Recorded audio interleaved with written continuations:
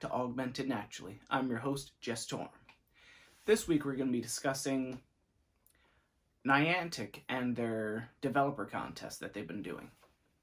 Now they offer it up for any developers to join them at their location for around 4 months or so and basically develop their own game.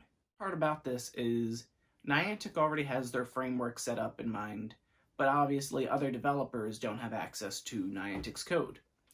Now, they don't necessarily need Niantic's code, but they need the similar style that Niantic tends to run things, with the real-world, augmented reality type stuff. And when it comes to Niantic's creator contest, is that they're opening up their doors and giving other developers the exact information they need to create their own games. This is using Niantic's platform with the games that have already become successful based off of the geo-gaming layouts.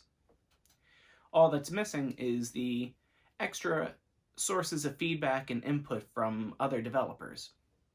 Because there's certain things that, obviously, if you're only seeing your house every single day, then when you walk, if you're not going into anyone else's house, then you may not see that, okay, those drapes do look better with a green background or random stuff like that. You won't notice that the grass isn't actually greener on the other side, that they just do things a little different, and those little intricacies could actually be the big changer that could help improve your game. It's not a good thing to be comparing yourself, but it's good to get a fresh pair of eyes on things that are already going on. Niantic was in the same boat as all these other developers at one time, where they were given a project where they had to improve and innovate. And Niantic went through a certain way. They were able to take care of things. Developers, the more games, it might seem like Niantic's giving away all of their secrets by inviting developers in-house and teaching them all about their platforms. But what this actually does is helps flesh out the market. Because right now, there's only a few augmented reality games out there. And the need and the want isn't there for consumers yet. And just like any platform or like new game console that comes out that doesn't have any games to play on it, the consumers will not buy that special device or buy those other peripherals for that device unless the market is filled with enough games for it. Because right now there's Ingress, Pokemon Go, and Wizards Unite. And from there, it's a good field for plenty of people with options,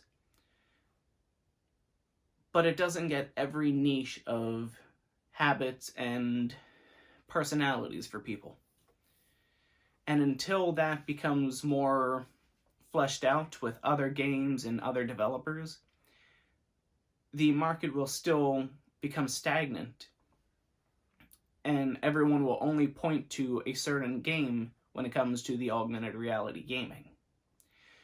And when it comes to geo-gaming especially,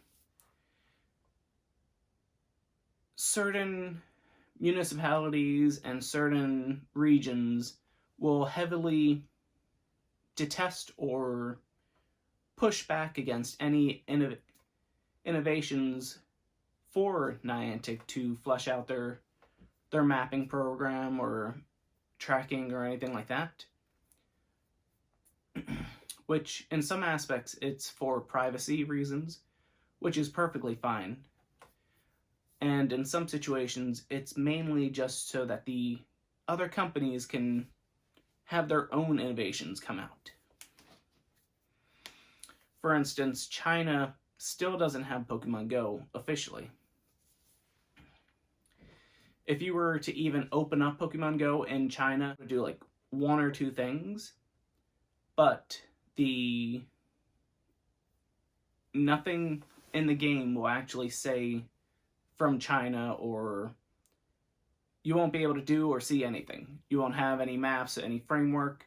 You'll just be your avatar walking around. Maybe you can interact with your Pokemon you already have. Maybe turn in a quest, but that quest will not reward right. So the more games that are out there from different regions, from different developers, will actually allow for the other municipalities to accept geogaming and augmented reality gaming as an actual thing. For it being identified as an actual genre that gamers, players, and regular people can play, that will allow for players to unite and build all these cross-world cultures that we've already seen starting from Pokemon Go and Ingress. Things like Ingress and Pokemon Go, they have the global Mystic group, global level 40 group, all these different initiatives, those are ones that I've experienced myself. Silph Road especially, things like Reddit and Facebook, all of those things allow for players to interact with other players from other regions and gain different views and face off against different types of players. The Niantic's Creators Program especially allows for other developers to start innovating with the intent that any augmented reality goggles or glasses will actually pull through and become a consumer reality, because we've only had Google Glass, I believe it was, about 2 or 3, maybe 5 years ago. Don't know exactly when, but it bombed. A handful of people got them, the early adopters, and from there it didn't do it well because there wasn't a need. There were not consumers that were there ready for it and willing to use it on a daily basis because the framework wasn't there. Well, obviously, the framework of the glasses were there. They looked a bit nerdy, which is a nice style and a nice aesthetic, but the framework, the groundwork, where everything goes, how everything is absorbed with it, is the main factor that was missing from it. Now, things like Pokemon Go that just have simple interactions and they bring to light different art installations around your town that you probably 90% of people never knew a dang thing about, are reasons to wear the glasses to see those interaction points. Now, my thoughts on how the first iterations of, say, the augmented reality glasses will actually go. I believe that Niantic will actually implement a speed-based system. So, quite obviously, if you're going over 30 miles per hour, you ain't gonna see nothing. You may get a notification that, okay, blup, blup, blup, blup, blup. Okay, there's something to the right of you, pull over, take care of it. If you're going under 20 miles per hour, you may start seeing like shades or tints or different colorations for things that are going on around there. If you're going between 10 and 15 miles per hour, I would say that you would then start seeing just poles with, say, for instance, for Pokemon Go, you would see Pokestops, and then you would see the halo of the portal or the Pokestop there around the art installation. So you can see, okay, that's the item itself. Let me go over there, spin it, and we'll check it out. But that's only going to happen under 10 miles per hour. Now, when you're going slower than that, 5 miles per hour, that's when you'll start to see gyms and more details for the landscapes around you. You may see the weather implications Like you may see a gust of wind, or you may see Pokemon running by, or you might see a gym and the Pokemon that's on top starting to do different things. Now, when you're stationary, that is when the real game is actually going to start. So that's when you'll see all the Pokemon around you, like the shared AR moments that we have going on right now. You'll see PvP Pokemon battles happening in front of you. You'll see the effects of those Pokemon battling, which would be on point. That's what we need, please. As well as if there's a raid happening nearby, you could then see all the players gathered around fighting the one Pokemon there, possibly with their own Pokemon. Now, that is probably going to drain the crap out of the glasses if that's all featured there. Or quite simply, instead of the glasses themselves having those implications on them, those complications, quite simply, the glasses will show a notification that a battle is going on, and then you can trigger your phone to then relay that message so you can actually use the phone and watch. One of the things that the glasses will obviously be, just like when they had the AR Plus mode, it will only offer a small bonus to the gameplay, and it won't be completely game-breaking and completely change everything. It'll only augment things very slightly, so that other players can keep up if they don't have the amount of money or the means to purchase such a large device. Because just like I experienced buying a phone, it's a lot of money. A lot of money up front or a big payment plan. Sometimes it's worth it, sometimes it's not. You have to figure out from there. But with the right system, things will be affordable based off of how widely accepted it is and which distributors end up pulling them out. Everyone out in the world actually back out into the world. The more people we have out enjoying nature, enjoying the world, and seeing how everything is, I want the self-driving cars to be here, because with self-driving cars, if every single car is on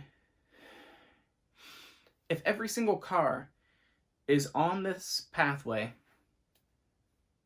sharing their paths, sharing their routes, and every single person is on there, that means your commute is going to be the absolute minimum.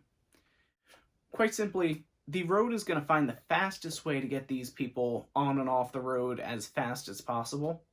So this car is going to be going as fast as needed, considering that it already knows everything that's going on, all the limitations of other vehicles, all the limitations of everything else.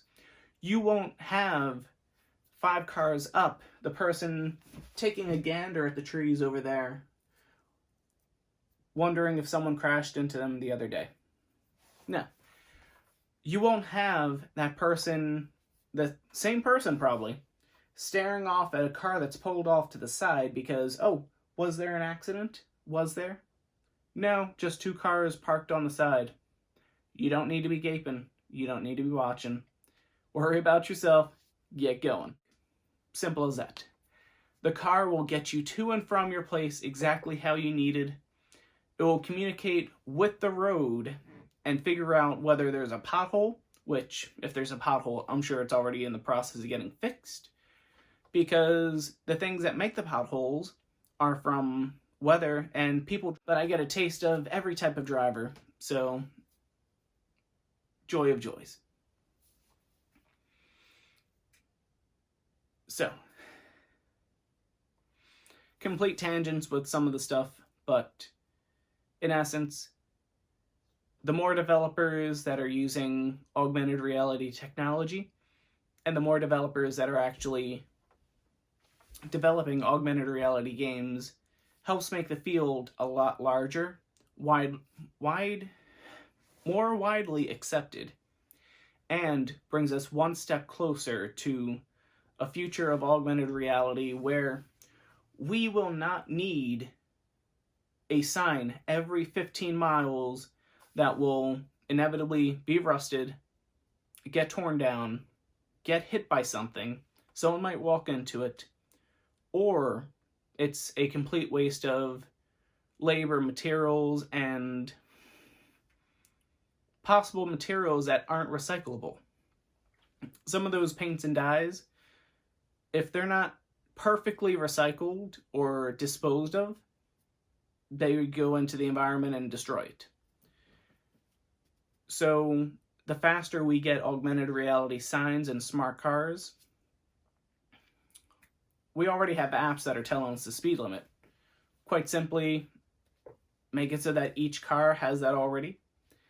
Then you don't need the speed limit signs anymore. Your car tells you, if you go over, it's there. Another tangent, but honestly, in 2020, in certain places, we don't need speed limit signs. Sometimes they're a suggestion. Sometimes it's because a road is cut a certain way, which is good to know, but it's iffy. Anyway, good luck, good balls. I'll see you in the next segment.